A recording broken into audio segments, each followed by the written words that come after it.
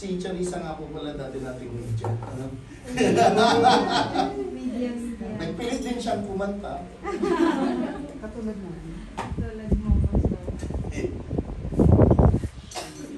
She was with us 2000, ano ba tayo?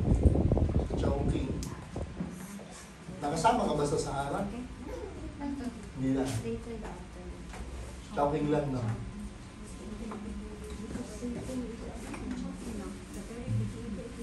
What? Chowking, Sahara, Ivory. Welcome. Welcome back. Mga kapatid natin nag-aaral sa Maynila. Nag-graduate na, so they came back to our house. Ganyan man ang mga kapatid natin nag-aaral sa Maynila. Tumabalik yan pag wala nang alawan. So, kaya natapos na sila. Actually, I was reading Philippians 1 verse 11, 1 to 11 earlier. And I don't really know, to be honest, if kung paano ang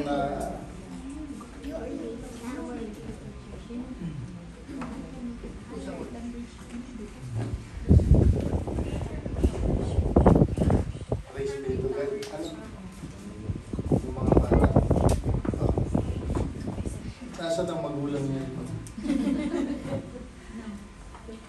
Okay. Wala talaga. Every time that we are going to stand in the pulpit to deliver the word of God, we are studying or we are reading it. Wala mo palang English. So binabasa natin talaga siya, inaaral natin talaga siya. To be honest, kanina when I was studying the Philippians, the first chapter of Philippians, I was curious kung paano ko siya ititira ba. Kung paano atake ang gagawin ko when it comes to delivering the word of God, simply because we all knew who Paul is. Amen. Kilala ba natin si Paul? Amen. It's either kaklase natin siya nung high school o kaklase natin siya nung college. Pinsan. So let me remind you that the name Paul means small. It's a reminder of him being small. For him to be humble. Anyway, moving forward, we always wanted to be happy. Diba? Each and every time you were given a chance to choose whether you are going to be happy or you're going to be sad. Okay, now guys, given a chance to choose, which one will you choose?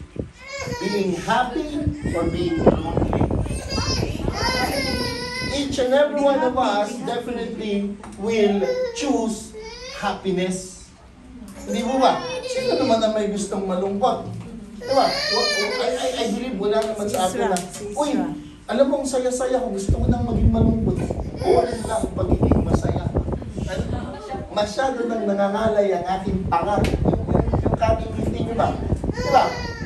But anyway, there's a lot of things that needs to be considered for us to be happy. Amen. Sometimes, if not all the times, we are happy o nakabase ang happiness ng isang tao sa sitwasyon. When everything is going according to what we plan, when everything is going to the way we want it to be, then we are happy. Tama? But, pag lumiko na yun, pag nag-iba na, hindi na tayo masaya. No, we are not happy. Why? Because the happiness of human is depending, or our happiness depends on our situations. Amen. Same as love, happiness is a choice. It's a decision to choose. Pinili ko maging masaya. O pwede nating piliin maging masaya.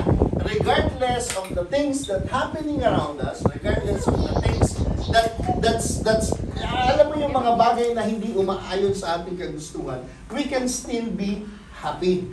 Our happiness should not rely on the things that happening around us, the things that people are doing to us, as well as the things that we are experiencing. There's a lot of things or ang daming pagkakataon o ang daming dahilan para maging masaya. Mas maraming dahilan para maging masaya kaysa maging malungkot. But people tend to choose to be lonely. Gusto natin medyo may drama sa buhay eh. Hindi po ba? Hindi ako na-ingresan, so malungkot ako. Pero hindi mo nakita na may trabaho ka pa hanggang ngayon. Di ba?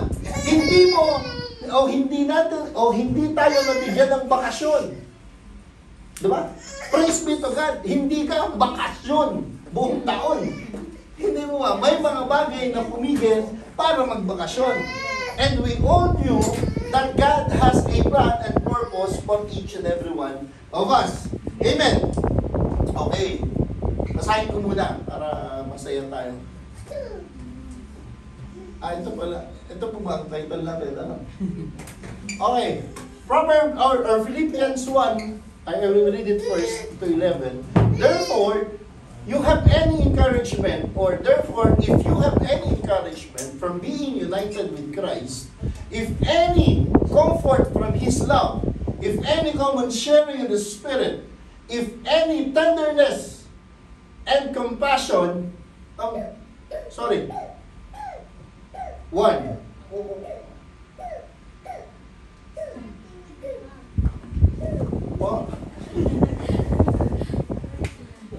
do nothing out of selfish ambition or vain conceit. Rather, alam mo, I think I sent you the wrong one. Andali lang.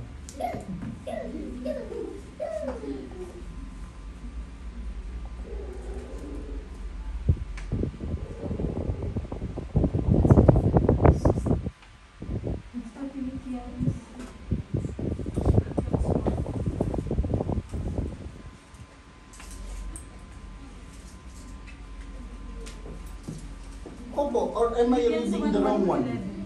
Okay. Philippians 1, Paul and Timothy, servants of Christ, Jesus. To all God's holy people in Christ, Jesus, at Philippi, therefore, with the overseer and deacons. Sulat po ni Paul sa Philippi. Ano po? Sa Philippi, which is in Greece. Okay, grace and peace to you from God, our Father, and Lord Jesus Christ. It's a thanksgiving prayer of Paul. Ano po? Pero take note that when Paul is, yung nung nagagawa ng sulat si Paul para sa Pilipos, Paul is in house arrest sa Rome. Ano? Hindi pa to yung ano eh. Hindi pa to yung naka-chain ang paa at kamay. Na medyo social pa si Paul nito. Naka house arrest pa lang siya. Ano po? Now, verse 3, I thank my God for every time I remember you. So, sino po ang naalala ni Paul? Yung mga taga or yung Philippians. In all my prayers, for all of you, I always pray with joy. Diba? How many times, o sino sa atin that when we pray, or when we intentionally pray for someone, we are doing it with joy. Ano, tama mamaya, prayer meeting. Because of your partnership in the gospel from the first day until now. Sila po yung sumuporta at nagbigay financially sa kaibigan natin si Paul. Okay tayo? Ano po? Because of your partnership in the gospel from the first day until now, being confident of this, that He who began a good work in you will carry it on the completion until the day of Christ Jesus. It is right for me to feel this way about all of you, since I have you in my heart. Ay, sarap din sabihin nito. Since I have you in my heart, ano po? And whether I am in chain or defending and confirming the gospel, all of you share in God's grace with me. God can testify how I long for all of you with the affection of Christ Jesus. And this is my prayer. that your love may abound more and more in knowledge and depth of insight, so that you may be able to discern what is best and may be pure and blameless for the day of Christ, filled with the fruit of righteousness that comes through Jesus Christ to God, or to the glory and praise of God. Amen. Naiintindihan nyo? Hindi ko rin naiintindihan yung binasa ko. Englishman. Okay, Paul and Timothy, servant of Jesus Christ, to all of holy people, referring to Philippians, grace and peace. Ganda. So, sino, sa tingin nyo, uso pa ba yun? Sino pang nagsusulat? Wala na, no? May gumagamit pa ba ng post office sa atin? Anong tawag natin yan? Emirates Post. Makapagpadala nga ng sulat kay Charissa sa Dubai. Makamusta. Di ba? Grace and peace. Wala na, no? Pero during the time of Paul, masipag man si Paul magsulat lang. Siguro wala man siyang gagawin sa ulungan. It's either he's going to praise, he's going to worship. Pagpagod na siguro siya, sulat muna kung kailangan ko salamat. Amen. I thank my God every time I remember you. Ganda, no? When someone is thanking God, pag naaalala niya kayo, o naalala nila tayo, ibig sabihin, we have done something that have impacted their lives. Dalawa man yan, pag nga naalala kayo na, uy, si Dong, ay kainis man yan. Iyo ka talagang tatay. Di ba? Pag binabanggit pa lang ang pangalan sa istoryahan, alam na natin kung ano yung nag-retain sa puso natin. Alam na natin kung ano ang sasabihin natin, hindi mo ba? And each and every one of us have retained something from someone na namit natin along the way. Diba? So kung masama ang ugali mo, wala man dito. Dumaan lang ako, pero hindi man pwede. So kung masama ang ugali nung dyan man sa labas, so namit mo siya along the way, sir, good morning. Ha? Tapos pinagano. Tapos naalala mo si Dong, si Randy, pinasin ko, ay, suplado man. Di ba? Ang impression o ang na-retain is yung pagiging suplado. But if you are being supported, yung time na nangamusta siya, hindi ka natakot mag-reply dahil baka utangan ka. Di ba minsan nakakatakot pag sinabi daw nilang kamusta ka, ang sunod, mautang. Sa Pilipinas man yan, dito naman, wala na problema. Ano po? Ngayon, I thank my God every time I remember you. In all my prayers for all of you, I always pray with joy. I always pray with joy. Pag naalala ko si Charissa, I pray with joy. Ayoko ng burden. Hindi yung, ay, si Kaysel. Pag-pray daw si Kaysel. Si Kaysel na naman. Lord, please bless Kaysel. Alam mo yun? That you were praying out of response, kailangan mo siyang ipag-pray. But if you were doing something, or especially praying with joy with someone, siguradong maganda yung ginawa niyan sa'yo.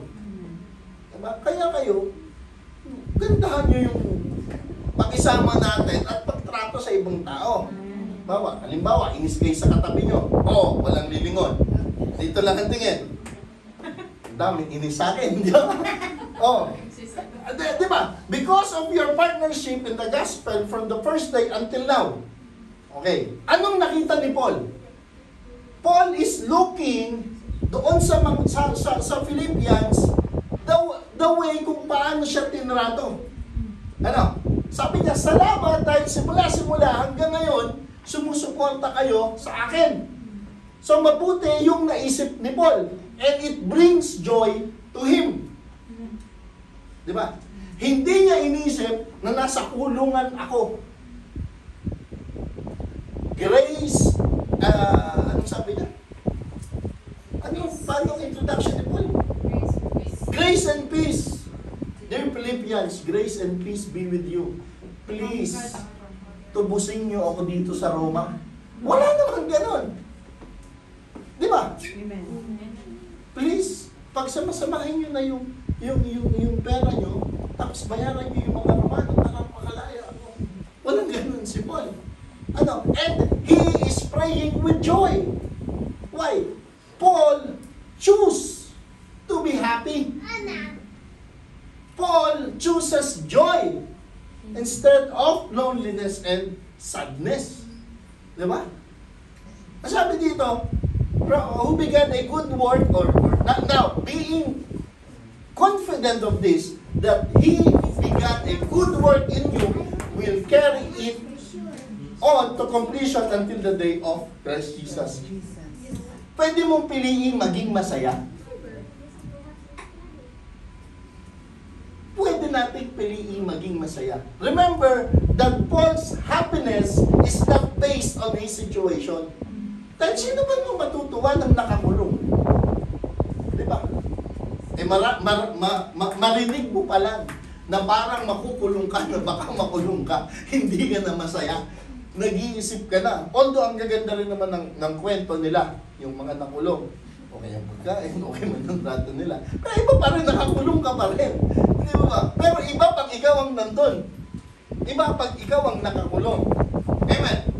Kahit na, ganito, we tend to be happy, depende sa ginagawa ng tao sa atin. But let me remind you, brothers and sisters, that we can create happiness. Pwede mo tayo maging masaya. Diba? Whatever, halimbawa, niloko ka, praise be to God. At least nakilala mo siya. Uy, masaya ako. Niloko man nila ako. Pero at least, maaga pa lang, pinakilala na sila, nagpakilala na sila. Diba? So, you create happiness. I'm encouraging you to create happiness. Hindi, piliin nyo maging masaya, hindi depende sa sitwasyon. This is same as true with love. Kapag mahal mo lang ang karelasyon mo, pag maganda yung ginagawa niya, tapos pag hindi mo na lang, may differential na yun. Diba? Love is a decision. Uuwi ka pag mahal mo yan, at uuwi ka kahit galit yan, at uuwi ka kahit hindi galit yan. Anyway, ganun din naman. Ano bang mawawala sa akin? When you choose to be happy, or when you choose joy over loneliness, ano mas maganda? Happy. Oh, Joy. joy. Sino gusto maging malungkot? Turuan ko kayo kung paano. Madali man lang, sama ka lang. Alalahanin mo yung masasakit na nangyari sa'yo. Sulat-sulat ka. Diba? Ang dali rin maging masaya. The same reason that make you lonely, baliktarin mo lang, is the reason to be happy. Iniwanan kasi ako ng karelasyon. Kung buti na lang, iniwan ka. Di mas maganda ang sitwasyon mo ngayon. Praise God! Thank Him or her. Write ka ng letter, grace and peace be with you. Thank you for leaving me. I choose to be happy. Oh, mas maganda. Hindi mo ba? Ano ba dapat? Ang tao, happiness should not be the goal. Kasi if you will ask people, what do you want in life? I just want to be happy. Well, being happy is not a goal. Being happy is a product. By-product yan of what you are creating. If you want to create hatred, if you want to create anger with others, if you want to create pain, okay, magbahala ka. Well, you know the byproduct. But being happy also is not the goal in life. It is just a byproduct. When we are praising and worshiping the Lord, what's the byproduct of it? Peace. Now, we have joy. And the only thing that separates us from the world is the presence of God. Pagod tayo sa trabaho, pumasok ka na ng 7, ang uwi mo, 7. Dagdagan natin. Diba? Hindi ka na makapag-lunch. Asang babo? Oh, be happy! Be happy ba? Nalaglag man ang notes ko. So, we choose to be happy. It's just a byproduct of the things that we have decided to create. Okay. Halimbawa, 7 to 7 yan ang trabaho. The only thing that separate us from the world, the only thing that we can rely on to have a rest is in the presence of God. The moment that you will concentrate, pag na-concentrate ka lang sa ginagawa mo, 7 to 7 ang trabaho. Paigsihin natin. 8 to 5. 8 to 5 ang trabaho. Pag uwi, magluluto, tulog, kakain. Diba? So, kulang ika ang pahinga. Mag-iisip ka pa. Siyempre, minsan mahaba pang ang oras ng pag-iisip. Let's say, minimum. Gano'n makahaba mag-isip? Hanggang alas 2 na lang tapos tumitigil ng pag-iisip. May nangyari, wala. Wala. May nadagdag, wala. Wala pa rin. Ay, bag lang. At saka kinabukasan, mahina ka sa trabaho. Pero ganito, for you to be separated from the things of this world, you need the presence of God. Kasi sa presence ni Lord, di ba? Wala yung isip-isip, wala yung pain. That's why when we are worshiping and praising, wala naman tayong iniisip. Hindi natin iniisip kung may trabaho pa tayo bukas, may pera pa tayo sa bulsa, anong gagawin natin. Wala naman eh. Why? Because we are in the presence of God. Same is true dito sa mundo. If you want to have your rest, doon ka sa presence ni Lord. Well, kung ayaw mo ng pahinga, madali din naman. Huwag ka sa presence ni Lord. But it will bring you what? Pain, anger, hatred. Kasi pagod ka na eh. But if you choose the presence of God in whatever circumstances, you will have joy and peace in your life. Amen? Amen. Praise be to God. Ano ba? Habit creates happiness. Anong habit mo? Mag-isip. Grabe ang mga habit, ano? Ang habit ko man kumain, it create happiness. Pag napupulfill ang desire, ang cravings ko, masaya man ako niyan. Pero hindi nakasalalay sa pagkain ng kaligayahan ko. Pero, tingnan nyo, habits can create happiness. Eh kung habitual na sa iyo ang pag-iisip, pag-aalala sa buhay ng may buhay, pagbabantay sa Facebook doon sa taong galit ka, uy, nakabili naman siya sa wala. Masaya na naman siya sa bagong relasyon niya. Ako, hindi pa.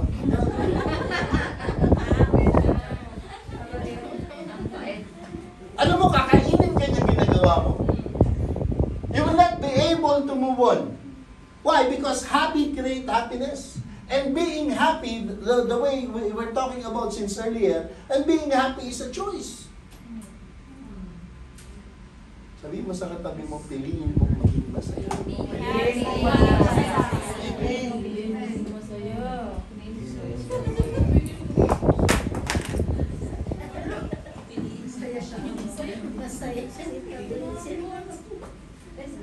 Amen? Okay tayo, nagkakaintindihan pa tayo. Okay, I thank my God every time I remember to sing it. Okay. It is right for me to feel this way about all of you. Since I have you in my heart, and whether I'm in chain or defending and confirming the gospel, all of you share God's grace with me. It is right. Tama lang eh. For me to feel this way. My choice simple. It is right for me to feel this way.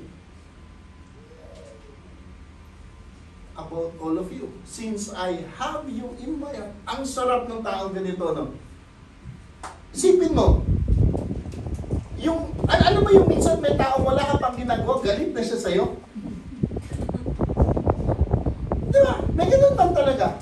Meron din naman tao na wala pa siyang ginagawa, galit na rin naman yung isa sa kanya. Diba? But if you are in someone's heart, diba? Tingnan, malay mo, magkasulatan tayo. One way or another. Since I have you in my heart. Diba? That I have you in my feet. Walang ganun eh. I have you in my heart. So, paano tayo mananatili sa puso ng isang tao? The way how we are going to treat them. Are we going to treat them right? Or am I, or are we, or are they treating us right? Halimbawa na, hindi maganda ang pagtrato sa'yo. Paano natin titignan ngayon yan? If someone is lying or telling something about you na hindi naman totoo, do we have a choice? Do we have a choice to love that person, or do we have a choice to be happy? Hindi, doon muna tayo sa sarili natin. Huwag na siya. Do we have a choice? Kaya minsan, to be honest, naiinis ako dyan sa sinasabing wala akong choice. Hampasin kita nito, anong walang choice? Pastor, no choice ako eh. Liga, paliwanag ko sa'yo kung anong mga choices mo. There is always a choice. And whatever or wherever we are now is our choice. Huwag mong isisi na sa sitwasyon, wala akong choice. Walang sisihan sa tao. Eh kasi sila eh. Kaya wala akong choice. We always have a choice. And please, I'm strongly encouraging you, brothers and sisters, by the grace of God, let's choose to love one another. Regardless, kung hindi man maganda ginawa sa atin, look at it on the brighter side. Lord, salamat. Diba? And because of him or her, I have learned something. Which I believe ikaw ang nag-orchestrate for me to grow. Oh, hindi tayo binayaran. Sanay man tayo dyan. Diba? Praise be to God. Baka hindi nila ako binayaran, Lord. I believe that you're the one providing for me. Oh, diba? Nagoyo tayo. Eh, mabait man tayo, kaya sanay din tayo magoyo. Ano? Okay lang. Praise be to God. That's an opportunity for you to display loving one another through prayer. Lord, I pray for him or her. Magbago man sana siya, Lord. Hirap, no? Better, easier said than done. Oh, to be honest, mahirap din naman talaga. Ipag-pray mo yung taong nanloko sa'yo talaga. Lord, yung kapitbahay namin, alam niyo yung prayer na yan? Lord, yung kapitbahay namin ay magpautang. Then you want to bless. Ang sabi ng word is pray for them and bless them. Diba? Lord, punuin mo ang tindahan nila hanggang sa hindi sila makahinga. Diba? Hindi man nila pinautang. Wala talaga akong kakainin, Lord. So, magpa-fasting na lang ako ngayon. Pero Lord, punuin mo ang tindahan nila hanggang hindi sila makahinga. Diba? Is that going to be our prayer? Diba? But you bless them. Binawi mo man sa huli. Ano? Mind you, brothers and sisters, really, it's a habit. Make it a habit that someone will remember our name. Ano? Not by hatred, but by love. The same effort, alam nyo, the same effort that you're going to use for you to be hated by someone is the same effort that you are going to use. Parehas lang na effort yan eh. Same measure of effort that you will be loved by someone.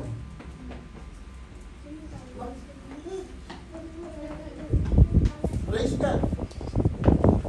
God can testify how I long for all of you with the affection of Christ Jesus. Namimiss ko man kayo. Dong, asan ka na? Miss na kita. Diba? Pag wala dito, hinahanap natin. Why? Because they have impacted our lives. Diba? Wala dito, uy, wala si Dong, matagal na. Bayan mo lang yan. Wala kang ambag sa lipunan dyan. Diba? Alam mo yung kahit barangay captain, hindi ka pinag-aasayahan ng panahon. Because you don't have, you haven't impacted someone's life. Ano mo masaya, to be honest, to impact someone's life. Actually, it's God using you. So what you have to do is just surrender to God. Lord, use me. Let my life be. Let me impact someone's life. Lord, kahit isa lang, itabla mo lang ako. Kasi may taong nag-pray, may taong nagkaroon ng impact sa buhay ko. Lord, itabla mo lang ako sa kanya kahit isa lang. And surely God will send a lot of people for you to impact their life. Eh kung ikaw man mismo, walang impact sa buhay mo, mga ginagawa mo, then, paano tayo yan? Pasok, uwi, kain, tulog. Lakas ng impact. Di ba? Pasok, kain marami, tulog. Kain ulit ng marami, uwi, kain ng marami, tulog. Lakas ng impact talaga. Makataas ng pati liver. Kain tulog mo lang, kain tulog. Di ba? Sabi pa ni Paul, God can testify.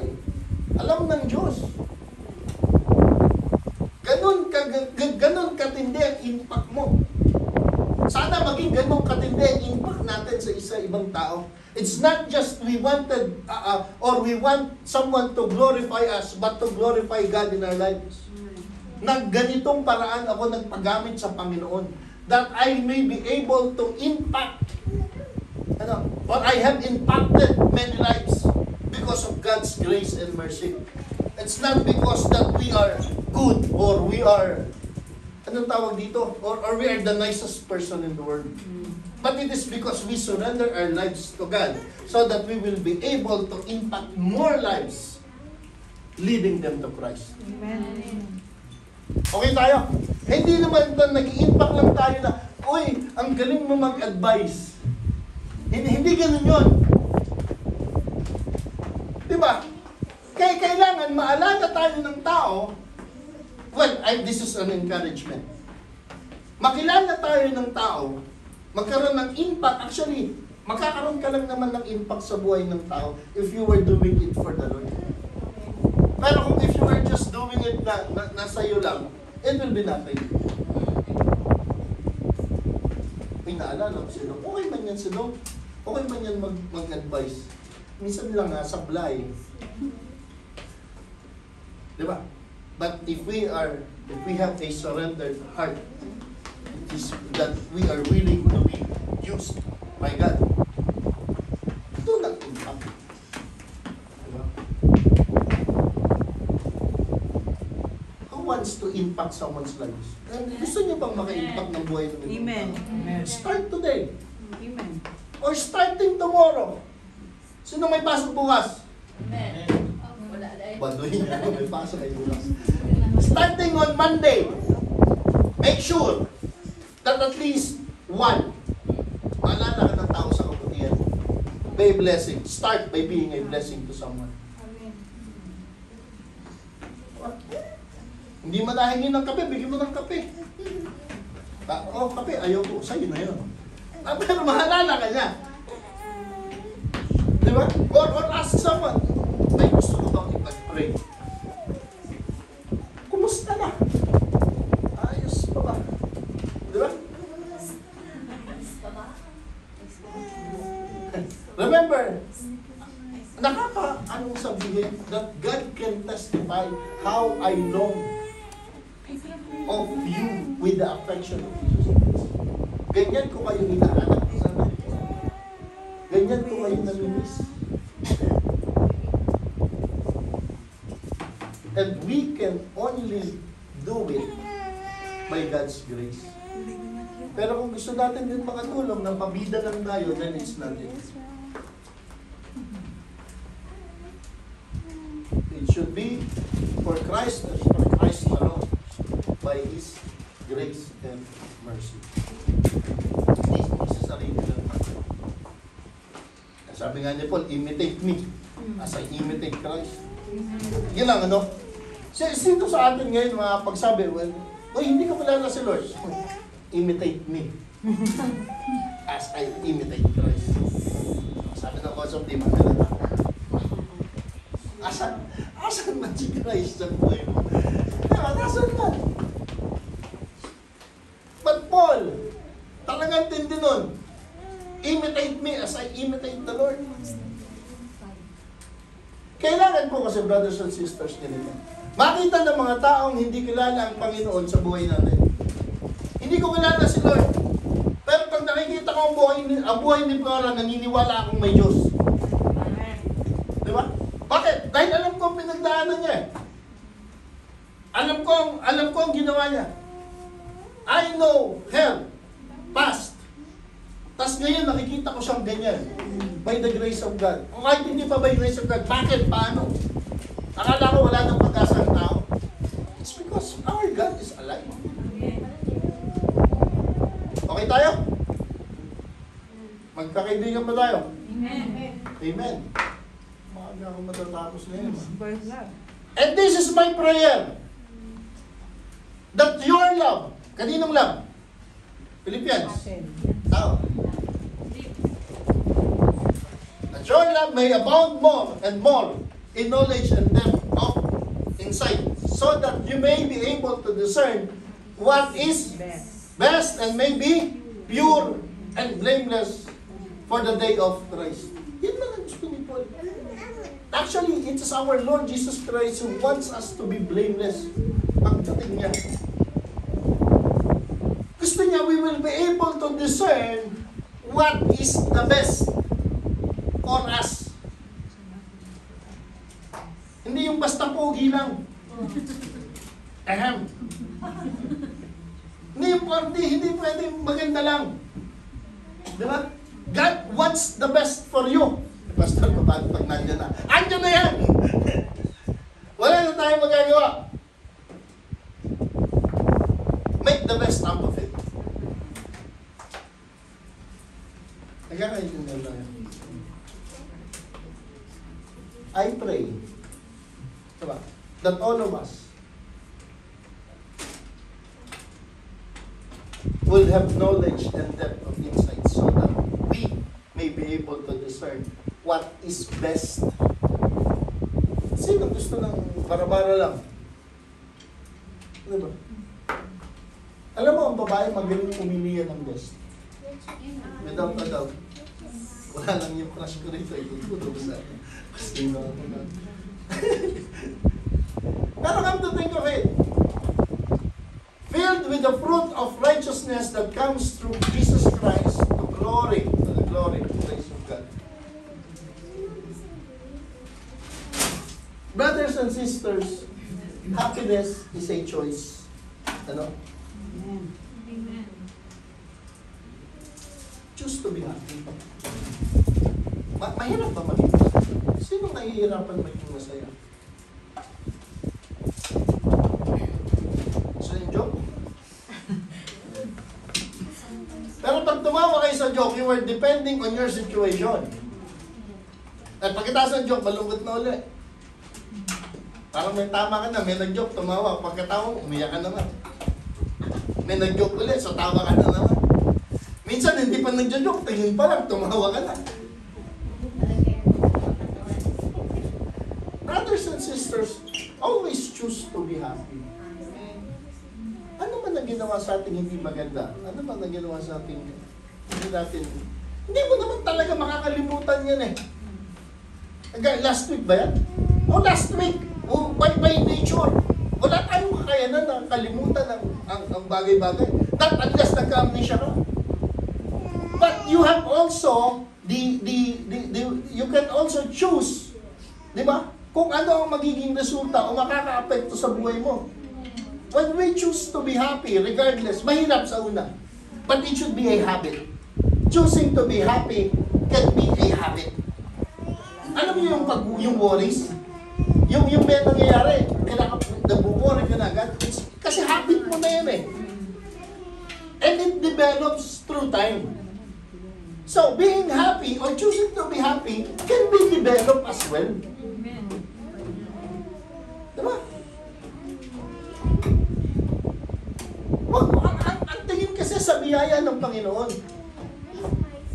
Ang tingin sa plano ni Lord. Diba? Because our plan may fail. And definitely, madalas, it fails. Pero di ba, itinawid naman tayo ng Panginoon. When our plan fails, choose to be happy and choose to trust God's plan. Dahil alam mo, mas maganda ang plano ng Panginoon sa plano ng tao. Maliit lang ang utak natin. Diyos ko, ano ba may lalagay natin dyan? Tamang grammar, tamang ganyan. Lalagay natin dyan. Ano ba? Planong kaunti na feeling natin tama. Choose to trust God. Kaya, make it a habit to be happy. Ngitian mo yung katabi mo, one time lang.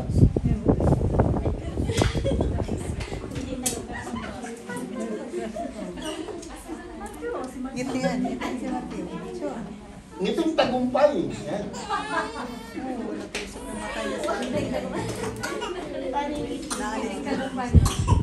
Ano daw? Ngitingin lang. But, don't choose to be happy.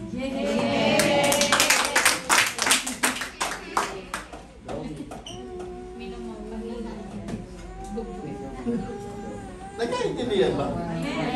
Oo.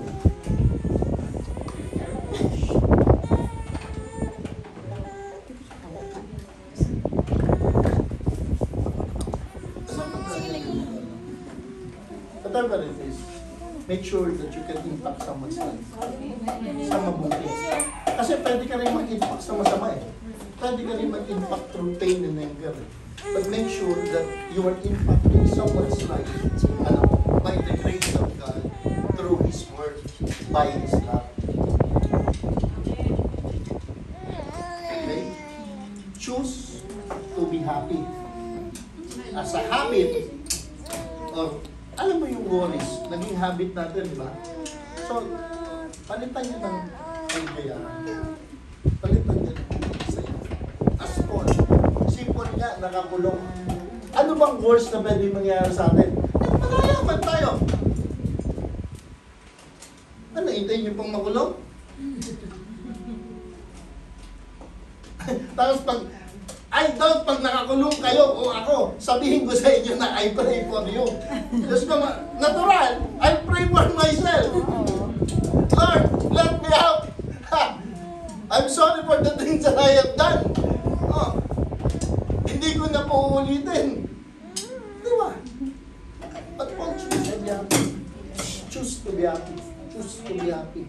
Make it a habit of choosing to be happy. Amen? Let's all stand up.